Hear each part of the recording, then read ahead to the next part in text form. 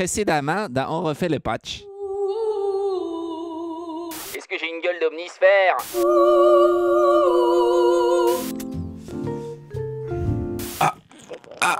Yes. Yeah. Wow, on est où là? Wow. Noël. Joyeux Noël. Et ça fait plaisir.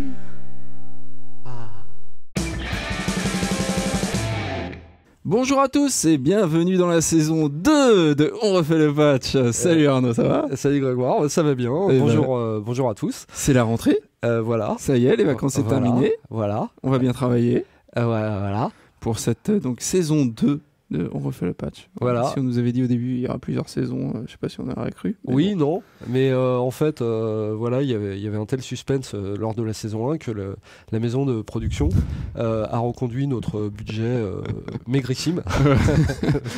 mais voilà, on le fait quand même. Donc... De 112 € par an. Voilà, c'est ça. Exactement. Et donc... et on commence très fort. On commence très fort parce que pendant les vacances, que s'est-il passé?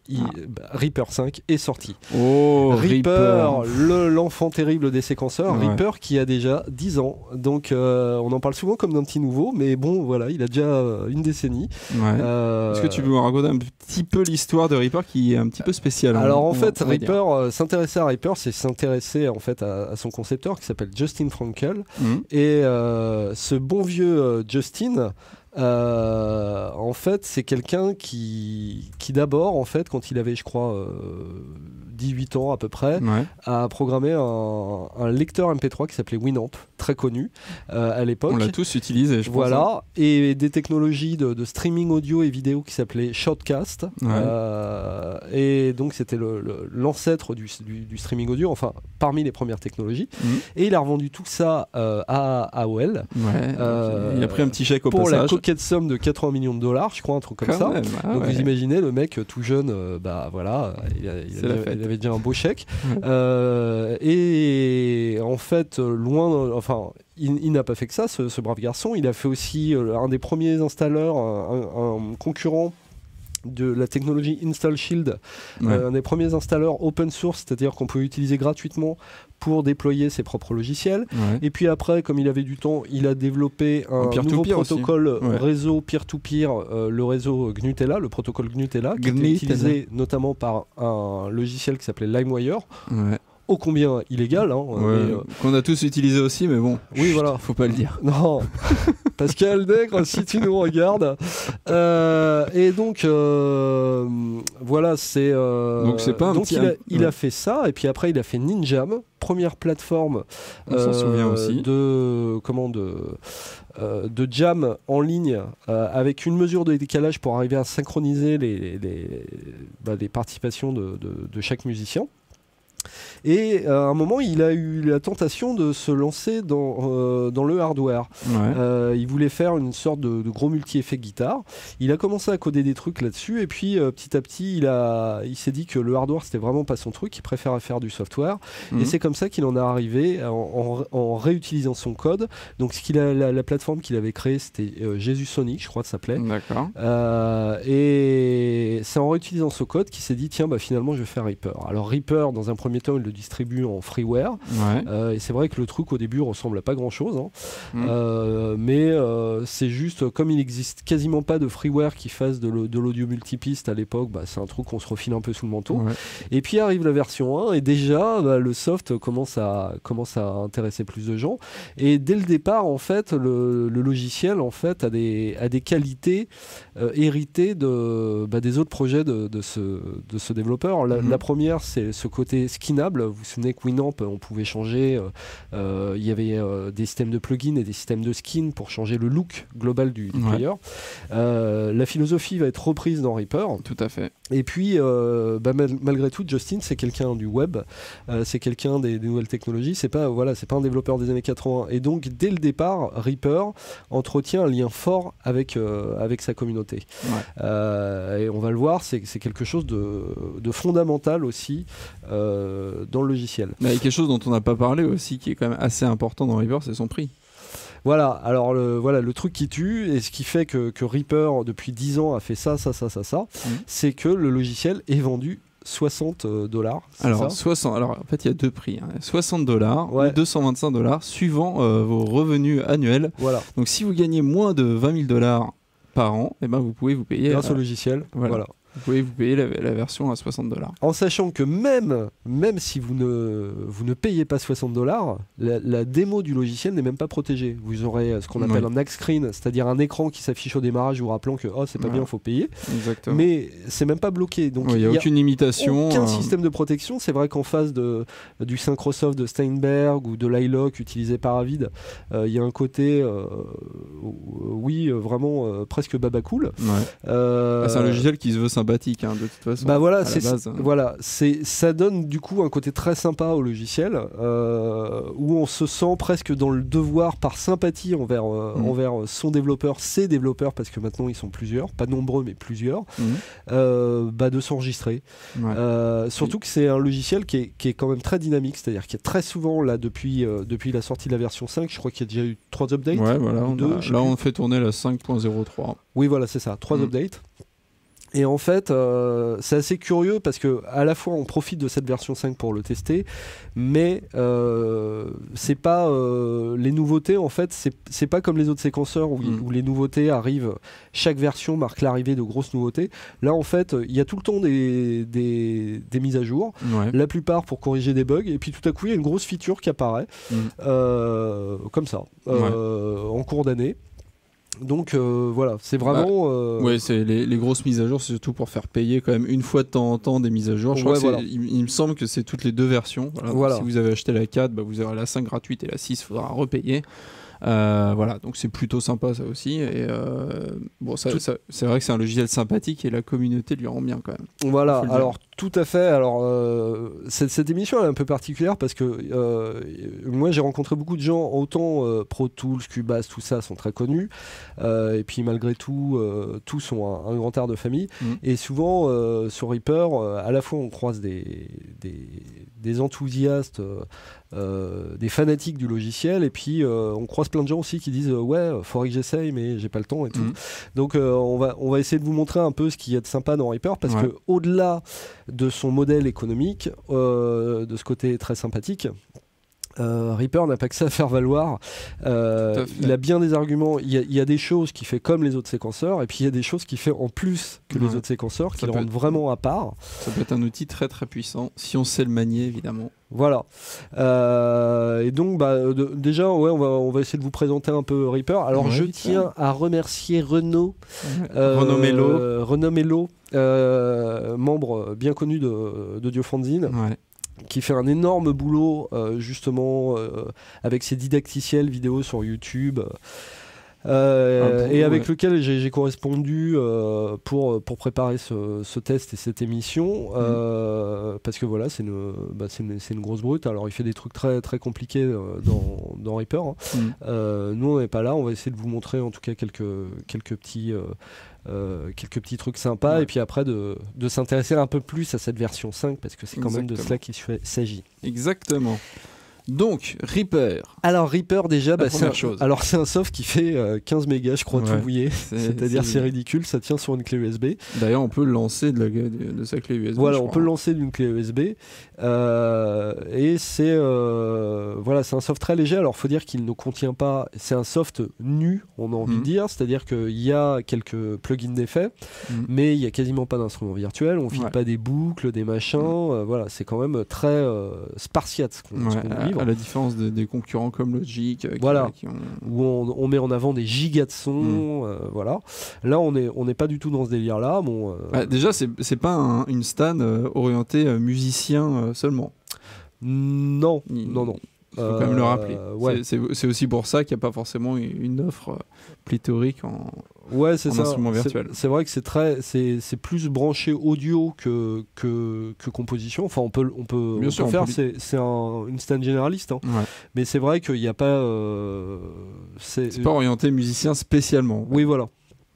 Et donc ce qu'on retrouve alors quand on installe Reaper la première fois, on se retrouve devant une skin ma foi plutôt oui voilà, c'est la nouvelle skin là d'ailleurs de la V5 qui est pas dégueulasse du tout, même si personnellement voilà, il y a quand même c'est très marrant parce que a priori le designer qui a fait ça, c'est un mec assez expérimenté, mais vous voyez là on a quand même des problèmes de visibilité, hein, le gris clair sur gris un peu moins clair, voilà, c'est pas génial. Et puis parfois on a des textes un peu minuscules. Mais bon, grosso modo, on s'en fiche parce que c'est ça qui est génial avec Reaper, c'est qu'on peut changer absolument, enfin quasiment tout dans l'apparence du logiciel, comme c'était le cas dans Winamp. Donc il y a ce qu'on appelle des thèmes. On montre à quel point on peut changer.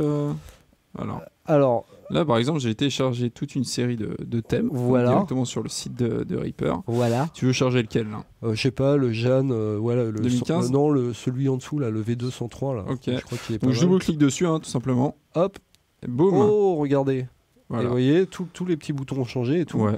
Alors, ça a bien changé, mais il y a des thèmes un peu plus, un peu plus bourrin, on va dire. C'est lequel, celui qui ressemble à une autre style bien connue? C'est Essina, je crois. Essina, je prends quoi, FM 160 je pense. Bam, et bam, vous avez Cubase. Voilà. Voilà. Alors en plus, vous avez Cubase, c'est-à-dire que c'est ça qui est dingue, c'est qu'avec Reaper, ça s'arrête pas parce que là c'est très cosmétique, mais ça va même souvent plus loin, c'est que vous pouvez tout dans ce logiciel est personnalisable.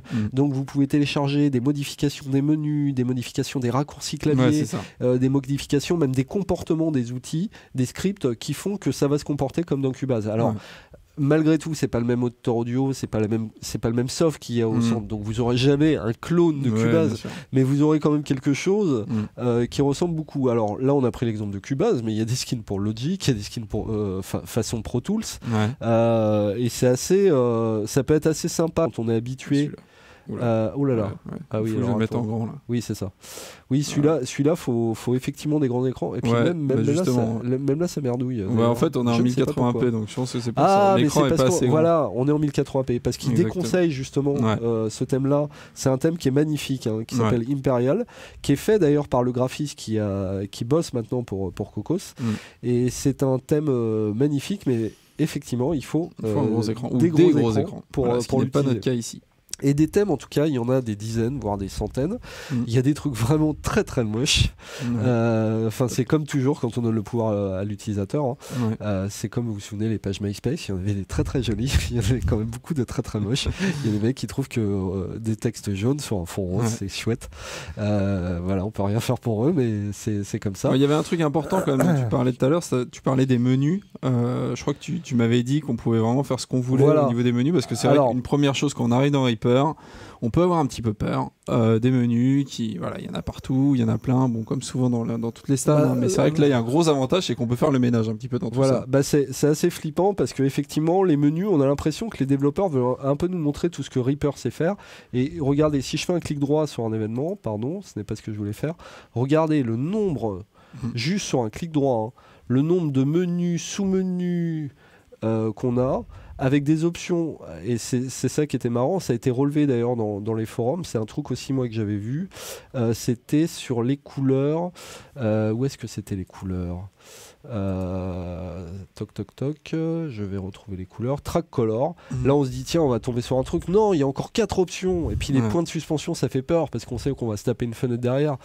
Et alors voilà, on peut mettre une couleur aléatoire, on peut mettre une couleur comme ci, comme ça. Enfin, à la fois, c'est très bien qu'il y ait toutes ces possibilités, mais c'est vrai que quand on se prend toutes les options dans la tronche comme ça d'un coup, on est à l'opposé de ce que propose par exemple un Traction qui est assez basique dans ce qu'il propose. Et il faut savoir que tous ces menus sont personnalisables. On peut les éditer, on peut dire retire-moi telle occurrence du menu. Donc on peut vraiment se bricoler son propre Reaper à soi. Et le sauvegarder, et l'importer, le mettre sur une clé USB. Je crois que c'est ce qui fait que les utilisateurs de Reaper adorent leur logiciel, c'est que justement on peut customiser jusqu'au bout son logiciel, ce qui fait qu'après on gagne énormément de temps sur certains boulots. Et je crois que c'est effectivement ce qui fait le succès du truc, c'est qu'on prend certes un petit peu de temps au début pour faire sa petite cuisine, construire finalement le séquenceur dont on a besoin, mais après on gagne un temps fou, quoi. C'est vrai que quand on fait le même boulot tous les jours ou toutes les semaines, et au bout d'un moment c'est vrai qu'on gagne beaucoup, beaucoup c'est de ça, temps. surtout que là on a parlé du design, c'est-à-dire c'est quelque chose de cosmétique, ça a son importance, mais plus important, on a parlé des menus, mais plus important que ça, il y a la possibilité d'avoir des scripts de Reaper, de définir des actions comme ça, personnalisées, et ça peut aller très très très loin. Notamment une des nouveautés de la V5, c'est un nouveau langage de scripting qui est un langage très utilisé qui s'appelle ELA, et qui est utilisé notamment dans le jeu vidéo. C'est grâce à ce langage qu'on scripte World of Warcraft, me semble-t-il, et c'est voilà, on peut faire des choses très puissantes. Reno Melo m'a montré des trucs, bon c'est vraiment power user, mais par exemple vous pouvez avoir des raccourcis clavier différents en fonction de l'objet que survole votre souris. C'est-à-dire que si votre souris survole un clip, la touche telle touche va servir à telle action, alors que si elle survole le bandeau des pistes, la même touche va servir à une autre action. Par exemple, vous pouvez et tout ça est personnalisable. Alors bon, après il faut s'en souvenir, hein. Voilà, alors primo il faut s'en souvenir, secondo le scripting c'est quand même un truc, c'est un peu c'est pas loin d'être oui, c'est du dev, quoi. C'est du dev, même si c'est pas aussi compliqué que C++ ou même PHP. Non mais bon, voilà, c'est pas donné à tout le monde, voilà, de faire ça reste quand même un truc, faut mettre le nez dans le moteur. Après on profite de tous les scripts de la communauté, c'est tout ça qui est important. Toute la communauté upload, en fait c'est pas dur. Le truc à savoir, quand vous installez Reaper, primo, vous allez sur le site officiel, et vous allez voir ce que produit la communauté. Vous pouvez récupérer des thèmes, vous pouvez récupérer des scripts, des menus. Il y a Re-Menu, je crois, ça s'appelle, qui sont des menus simplifiés, enfin re-hiérarchisés pour utiliser le soft. Et il y a plein de choses en fait à faire. Et puis vous mettez un post-it avec le numéro de Reno Melo juste sur votre bureau, qui est le 06 66 66 66 66. Voilà. Vous les dérangez pas. Entre 7h et 2h du matin, il est là, il répond. Pas de souci. Fuseau horaire de la Belgique, d'ailleurs. Non, il est au Luxembourg. Au Luxembourg. Salut. Mais voilà, bon, c'est en tout cas, je vous recommande vraiment d'aller voir ce tuto sur la personnalisation de Reaper, et pas seulement. Donc voilà, grosse possibilité donc de personnalisation. Il y a une autre chose qui est super importante de dire aussi dans le fonctionnement, on va dire, de Reaper, c'est aussi l'audio et le MIDI, comment c'est géré finalement. Oui, c'est ça. En fait, alors dans tous les séquenceurs, on a une opposition audio MIDI, et Reaper en fait s'en fout un peu. Quand on crée une nouvelle, on fait insert new track, hop, voilà. Il nous a pas demandé si c'était du MIDI, de l'audio ou quoi que ce soit. Et après vous mettez du MIDI ou de l'audio dessus. Après voilà. On peut même mélanger. Voilà. On peut même mélanger l'audio et du MIDI sur une même piste. Voilà, vous faites votre routing et c'est tranquille. Et surtout, il y a un truc énorme qui en découle de ça. Oui, alors moi, c'est un truc que j'ai adoré. C'est que, par exemple, il est possible de trigger un paramètre MIDI, de contrôler un paramètre MIDI à partir d'une piste audio. Alors concrètement, c'est un truc qu'on a fait. Alors, qu'est-ce que tu veux faire écouter la chanson là tout de suite? On a fait une petite chanson, hein. C'est fait. C'est un hommage. C'est fait avec amour. Oui, on testait Reaper, donc on a fait un hommage à Christophe Reaper. Voilà. Donc on grand chanteur des années AB Productions. Après, on vous parle des petits trucs qu'on a fait dans le projet. Allez. Je vous préviens, c'est mixé bien au début, avec les pieds. Hein. Ouais. Hop.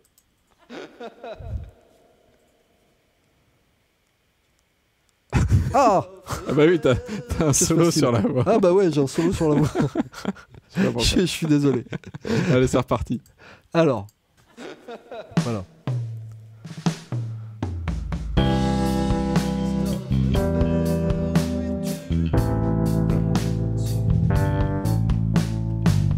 Retourner à la foule inconnue, et le vent souffle ton nom, cri-cri, dans le noir de la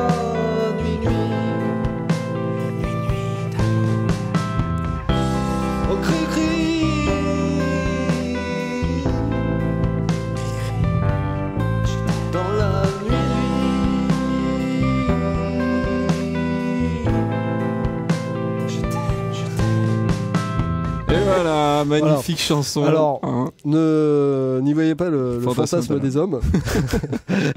Mais non, en fait, c'est tout bête, mais ça illustre bien une particularité de logiciel. C'est que d'habitude, on se sert du projet de démo qui est fourni par l'éditeur pour faire ce genre de truc. Et ben là, quand on vous disait que le séquenceur est nu, il n'y a pas de projet de démo. En tout cas, il n'y en a pas pour cette version 5. Alors, je crois qu'il y en avait des vieux pour la version 3 ou je sais pas quoi. Mais puis la communauté doit bien enfiler par-ci par-là, j'imagine. Mais bon, voilà, on a préféré faire le nôtre. Voilà, ça nous a permis de tester des trucs. Exactement. Et donc, on va vous montrer. Et ce qui est intéressant, par exemple, c'est que donc là, 2 pistes voix. On a ma voix. Et ce qui est marrant, c'est que je vais vous montrer sur ma piste voix. Je sais, j'ai pas honte, je vais la faire écouter en solo. Je m'en fous. Je chante mal et je vous emmerde. Alors, voyez, en fait, je me suis amusé à triguer, voyez, le Space Echo UAD. Echo Volume, hein, je crois que oui, c'est l'Echo Volume que je me suis amusé à triguer avec ma voix. C'est-à-dire que plus ma voix va être forte, plus ça va monter l'Echo Volume. Voilà. Et le vent souffle ton nom, cri-cri. Dans le noir de la nuit. Bon, voilà. On voit bien le bouton, en tout cas, le potard qui suit la modulation. Et ça se fait hyper simplement. C'est vrai ? Ouais. C'est-à-dire, on passe par le côté... faut savoir, quand même. Faut le savoir, mais voilà, voilà la fenêtre. Et vous voyez que on peut paramétrer l'attaque, le release, la valeur maximum, minimum et tout, la force. Et puis, on peut faire un truc inverse. Enfin voilà, il y a vraiment pas mal d'options et même gérer la courbe de progression, c'est vraiment super. Et ça n'a rien à gadget parce que effectivement souvent par exemple si vous donnez je sais pas, le côté vintage qui avait les préamplis autrefois où par exemple dans la Motown on sentait que dès que les chanteurs rentraient un peu trop dans les préamps, ça saturait à mort. Bah, vous mettez comme ça une saturation sur la voix et plus la voix est forte, plus elle va saturer. Donc c'est vraiment pour le coup un truc très pratique. Bah, c'est vrai que ça ouvre des possibilités énormes. Hein. Ça, voilà, alors on peut le faire dans d'autres séquenceurs via certains utilitaires, notamment chez Blue Cat Audio, je crois qu'il a un truc comme ça qui permet de générer du MIDI à partir d'une enveloppe audio, mais là c'est intégré dans le séquenceur et c'est génial. C'est cool ça, dis donc. Et voilà, hein, en sachant que je peux aussi moduler avec un LFO. Enfin, là, je l'ai fait sur l'amplitude de la voix, mais j'aurais pu le faire autrement. Donc, ça, c'est génial. Je crois que tu voulais nous parler aussi des snapshots. Autre chose, moi, que j'ai aperçu qui sont vraiment très bien faites dans ce logiciel. Je vais pas vous le montrer, je préfère vous renvoyer. Il y a des démos, justement, des vidéos sur YouTube de Renaud Mello sur le sujet. Mais la gestion des snapshots. Les snapshots, c'est quoi ? Vous faites un mix. Et puis, parfois, on aime faire des mix alternatifs. Essayer plusieurs pistes. Donc, à chaque mix, on va sauvegarder. Voilà, un mix A et puis un mix B. Et ce qui est génial, c'est que tous ces mix, on va les sauvegarder sous forme de snapshot et après on peut faire des recall, rappeler ces snapshots. Les professionnels disent recall. Et ce qui est génial dans Reaper, c'est que le recall, il n'est pas seulement total, c'est-à-dire on ne se contente pas de rappeler tout un mix, on peut rappeler qu'une tranche.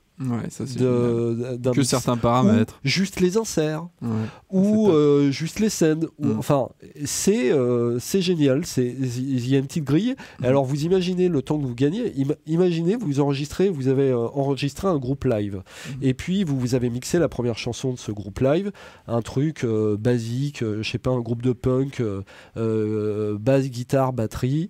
Il y a de fortes chances que le son que vous ayez fait sur la batterie du premier titre il convienne pour les autres titres.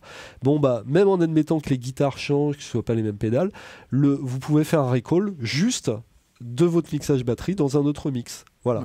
Donc ça c'est pareil, c'est super bien pensé. On gagne du temps. Et c'est un truc moi perso que je n'ai pas vu ailleurs. Peut-être que ça existe ailleurs, hein, vous nous le direz dans les forums, mais moi c'est un truc que je n'ai pas vu ailleurs. Et rappelons-le, dans son logiciel à 60 balles. Ouais. Et puis... Bon, une dernière chose aussi qu'on voulait un petit peu mettre en lumière, même si sincèrement on va pas parler de tout, toutes les fonctionnalités de Reaper, c'est pas possible de faire ça dans une vidéo de moins d'1 heure, parce on espère faire moins d'1 heure, mais on espère.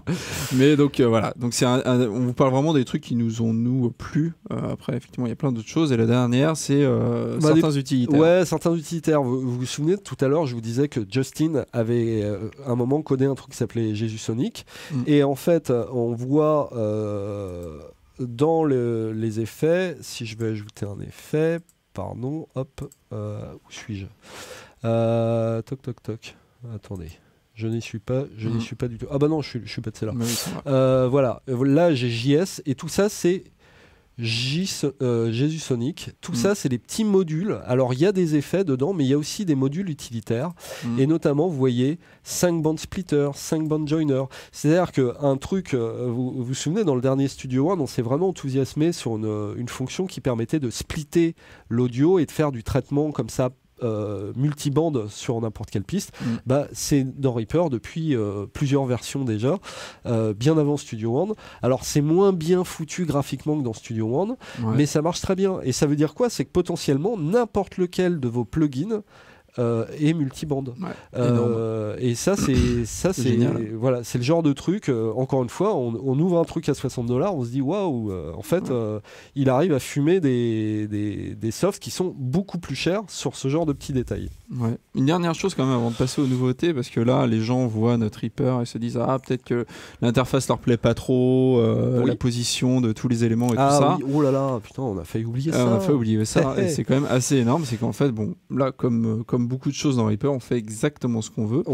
Donc là il se trouve qu'on a le mixeur en bas, le FX Browser à droite, et on va dire la fenêtre d'arrangement en haut à gauche. Voilà. Donc montre-nous un petit peu ce qu'on peut faire avec notre petite souris. En fait, ce qui est génial, c'est que on peut tout à fait, vous voyez là j'ai un onglet là. On peut tout docker, undocker. Alors on peut tout docker, dédocker et tout. Et puis en fait je peux tout déplacer. Voilà, si je me mets sur le bord, est-ce que ça va marcher? Non, là tu l'as undocké. Là je l'ai undocké, pardon.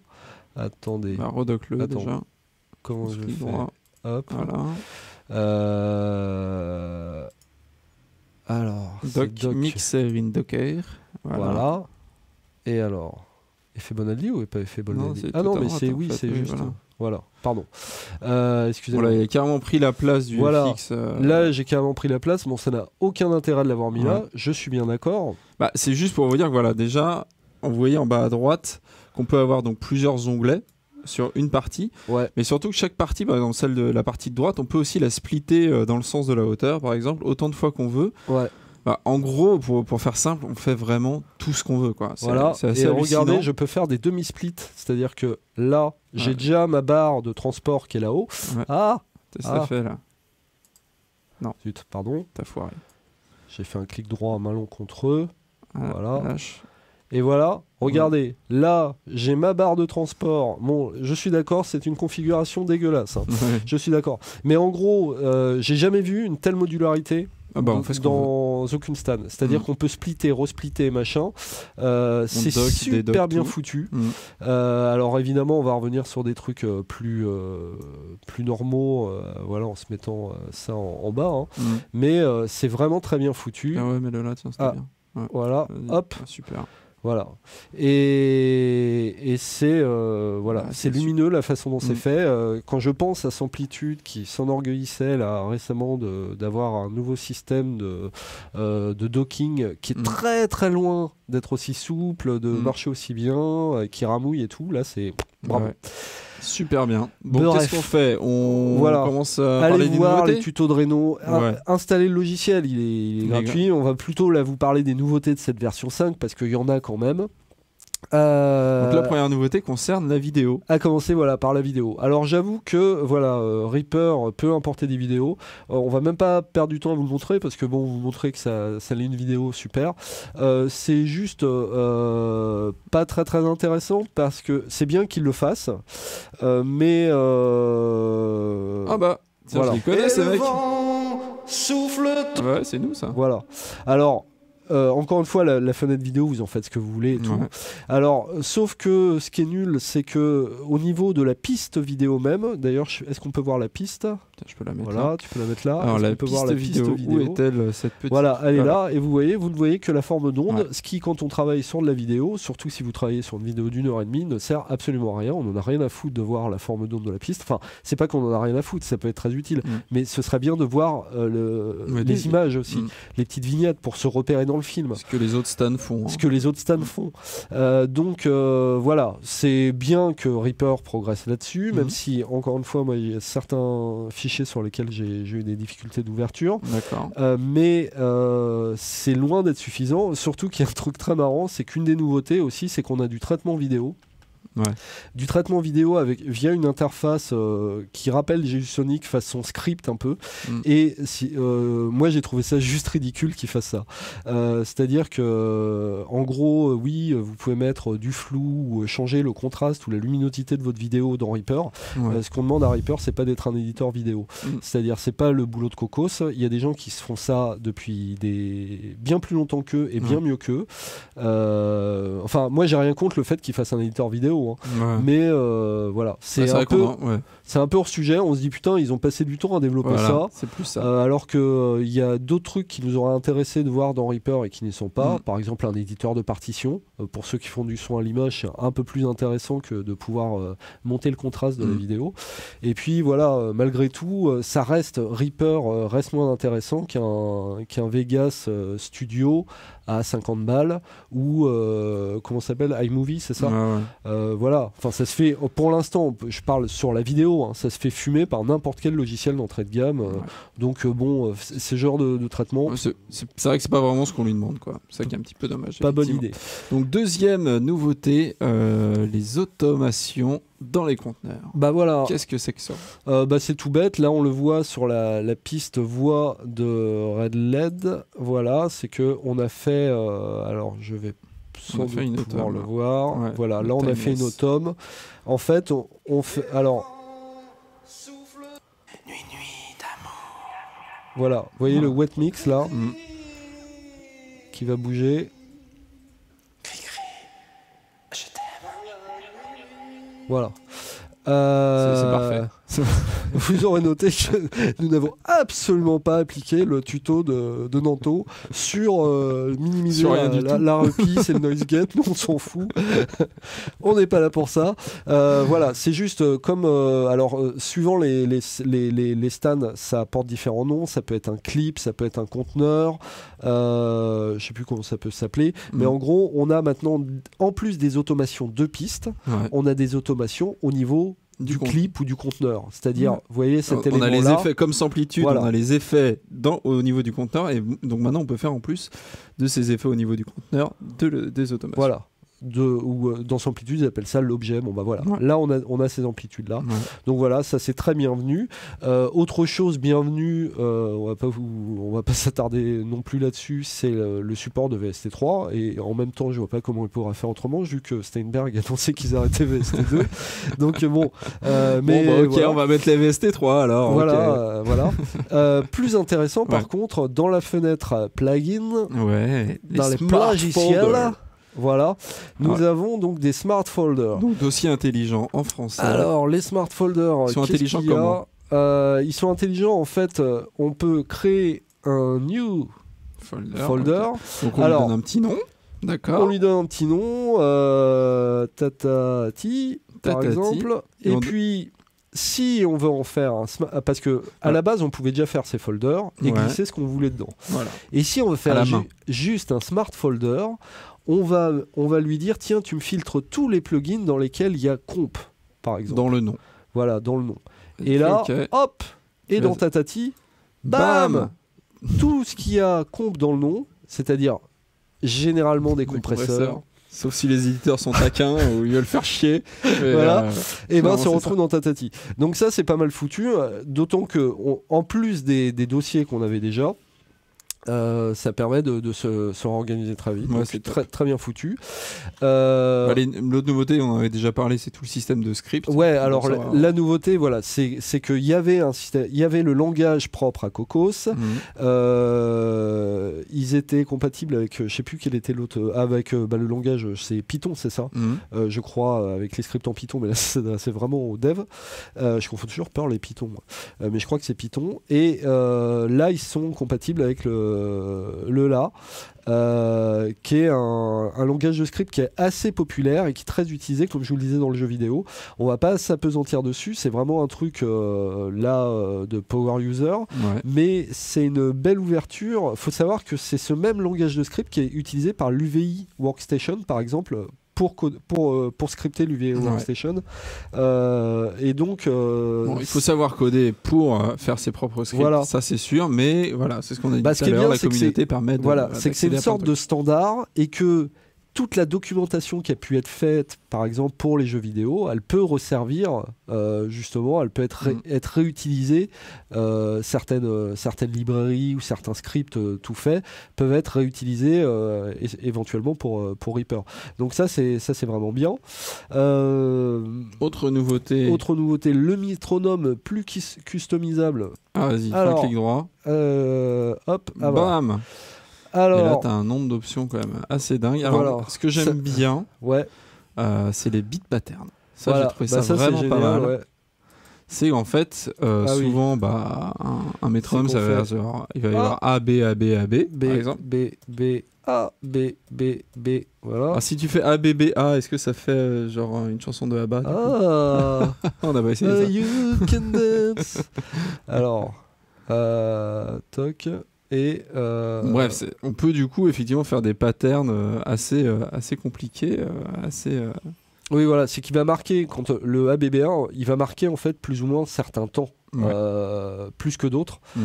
Donc ça permet vraiment de donner quelque chose de vachement plus évolué que le simple tac, tac, tac, tac, tac. Normalement c'est tac, tac, tac, tac, tac, tac, tac. Voilà, il y a A, B, B, B, B, A, B, voilà, comme ça. Mais on peut le faire genre tac, tac, tac, tac. Tac, c'est quand même plus parlant de le faire comme ça. Bah tout à fait. Tu fais très bien le métronome. Je fais très bien le tac tac. Voilà. Bref, un métronome assez puissant. Voilà. Maintenant, au niveau du MIDI. Attends, on est où? Vas-y, va en haut. MIDI, voilà. Super, notre batterie. Je double-clique, voilà, sur la batterie. On a la possibilité dans le piano roll de gérer les velocity off. Et les notes off. Alors velocity off, encore faut-il que ce soit géré par votre clavier maître et par le plugin que vous utilisez. Tout à fait. Voilà. Tout à fait. Mais c'est là. C'est une très bonne nouveauté. Le nouveau Reinsert, je crois que ça existait déjà, mais c'est une nouvelle occurrence du plug Reinsert qui permet de gérer du hardware avec la compensation de latence, tout ça. Voilà, parce apparemment il pouvait y avoir des problèmes de phase avant. Ils ont corrigé, donc ça c'est très bien. Très bien. Et puis on a aussi la possibilité au niveau des automes de propager en fait, de copier, coller. On l'a fait là sur une piste. On l'a fait, mais on l'a viré du coup parce que c'est pas grave. Mais en gros, on peut copier-coller des automations d'une piste sur une autre. Ce qui peut être pratique. Ce qui peut être pratique. Et dernière nouveauté. Les VCA. Voilà, c'est le truc à la mode cette année. Ça, je crois qu'ils les ont tous pendant fait, un moment, tout le monde avait des simulations d'ampli guitare. Il y a eu la période où tout le monde sortait une Reverb à convolution. Là, cette année, c'est la grande année du VCA. Voilà. À peu près 10 ans après Pro Tools, tout le monde se dit que finalement, les faders VCA, c'est quand même génial. Alors, comment ça marche du coup? Alors, les faders VCA, c'était... on avait préparé là. On en a créé Vous voyez, attention, regardez. Le fader VCA, c'est quoi? C'est on va créer une nouvelle tranche qui va nous servir à piloter. Donc le plus souvent c'est pour piloter les faders, qui va nous servir à piloter les faders des autres tranches. Ce n'est pas un groupe, Non, c'est-à-dire que le signal ne transite pas. Voilà, le signal ne transite pas. Par là. Il y a pas. C'est juste une télécommande en fait. C'est juste une télécommande. Exactement. Et là où c'est bien foutu, c'était. C'est quoi? C'est dans routing qu'on le voyait non, c'est clic droit. Tu vas dans track grouping parameter. Voilà. Donc vous voyez, on peut gérer ce qui est esclave ou ce qui est maître ou ce qui est esclave. Voilà, donc lui il est maître partout et donc ce qui est super, c'est ce qu'on voit, c'est qu'on peut faire un VCA juste pour les mutes. Tu vois, choisir en fait finalement quel paramètre fait partie du VCA. Ouais.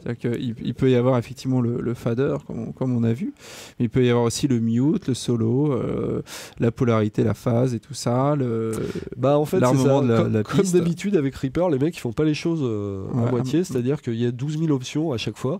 Alors c'est à la fois ce qui est parfois déroutant, et c'est vrai que pour un noob, quand il arrive, on lui parle déjà les VCA, oulala, c'est compliqué, alors on lui parle de esclave, préfixe, tout ça. Ouh là là. Mais c'est super puissant du coup. Mais voilà, c'est super puissant. Donc voilà, très bon ajout. Et on n'en doute pas, il y a plein d'autres ajouts qui vont venir en cours de route. Hein. Voilà. C'est fini en tout cas pour les nouveautés. C'est vrai que les nouveautés sont assez peu nombreuses, on va dire. Oui. Elles sont très sympas, mais elles sont assez peu nombreuses. Alors voilà. Après, ce qu'il faut savoir, c'est qu'effectivement entre deux versions, bon déjà on paye qu'une fois sur deux. Déjà, c'est la première chose à savoir. Et c'est surtout que voilà, pendant, par exemple, pour la version 5.2, il peut très bien arriver un gros truc. Je sais que c'est Renaud qui me disait que, par exemple, les warp audio, c'est-à-dire le fait de pouvoir, vous savez, changer l'audio un peu de manière élastique, déplacer des transitoires comme ça, c'est arrivé sur une update comme ça, d'un coup, de la version 4, comme ça, gratos, quoi. Alors que c'est vrai que chez la concurrence, c'est le genre de truc où on attend une nouvelle version pour balancer des nouvelles features importantes. Donc on n'est vraiment pas dans cette politique-là. On est dans un délire de développeurs, c'est-à-dire les mecs qui traitent les bugs au fur et à mesure. Donc à chaque nouvelle mise à jour, il y a la moitié c'est des bugs fixes qui sont rapportés par la communauté, puis parfois il y a des nouveaux trucs qui arrivent et des nouveaux trucs qui font plaisir. Exactement. Donc voilà. Bon, écoute, je te propose qu'on passe à la conclusion. On va passer à la conclusion et puis on va parler on va dire les points forts, les points faibles, des critiques aussi quand même. Des petites critiques et puis on va donner la note et puis on verra s'il a un award ou pas. Voilà, faut regarder la vidéo. À tout de suite. À tout de suite.